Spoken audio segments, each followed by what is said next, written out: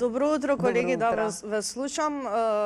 Мислам, добро утро, Кате, мислам ме праша колку елки има на плоштадот. Да. Од она што можам да го забележам е дека ова утро има две елки, односно Две. две елки има од вчера, односно од вчерашниот ден.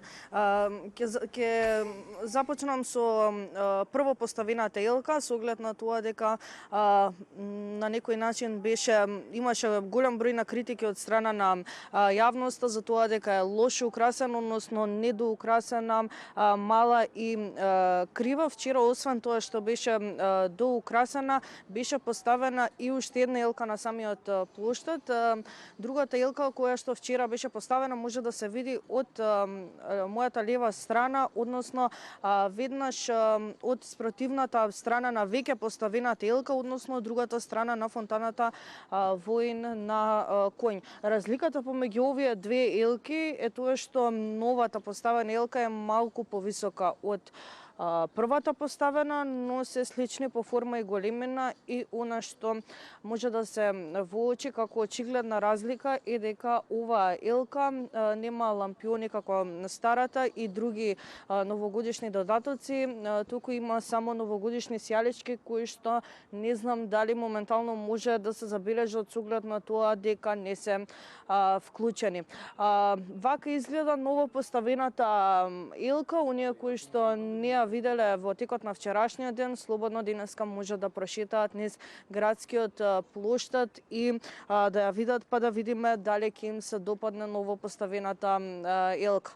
Знаеме дека првата поставена елка не само што не им се допадна на скопјани, на нашите сограѓани, исто така беше критикувана и од регионот. Можевме да забележиме многу критики и наслови на српските портали како ваква нема ни на AliExpress, ако сте во лоша состојба сетете се на тажната новогодишна елка во центарот на Скопје. Како во регионот, кажав дека имаше критики и негативни ставови од нашите сограѓани. Па токму по тој повод Телма вчера спроведе анкета на терен пред да биде поставена втората новогодишна елка, да го чуеме мислењето на нашите сограѓани. Во продолжение можеме да ја слушнеме спроведената анкета.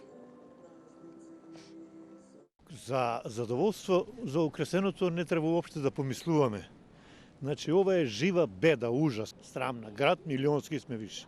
Ова го нема нигде. Погледајте. Овие како венци за гробишта таму. Ја не знам што, ова не е никаква веселба. На тага не тера ова. Како за главен град на Македонија, мене не ми се допаѓа. Значи, елката е крива. Идат туристи да се сликаат со неја како да е кривата кула во Пиза. И не знам, може ли повише да се потрудат. Согласувам јас исто го мислам дека Скопје може многу подобро да биде украсено, тоа го заслужува, не вака да биде украсено, бидејќи другите градови што се помалите се многу подобро украсени од главниот град. Нема музика на плоштадот, тоа е голем проблем, не знам зошто. Порано имаше музика, значи може и подобро. Можевме да слушнеме многу негативни ставови и мислења околу првата поставена елка, со оглед на тоа дека градоначалничката Арсовска најави дека на 15 декември ќе блесна новогодишна магија во градот Скопје. За жал, таа новогодишна магија ги разочара скопјани.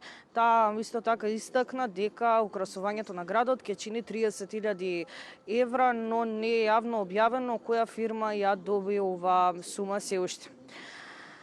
Ова би било се за ова прво вклучување, односно кога станува збор за новогодишните елки и новата поставена новогодишна елка, па уште еднаш ќе напоменам, со оглед на тоа дека вчера беше поставена, верувам дека многумина од нашите сограѓани не виделе како изгледа, освен денеска оние кои што не гледаат, па слободно може да прошетаат денеска на градскиот плоштад и да видат која е подобра, дали првата, дали втората елка или пак се многу идентични и слични.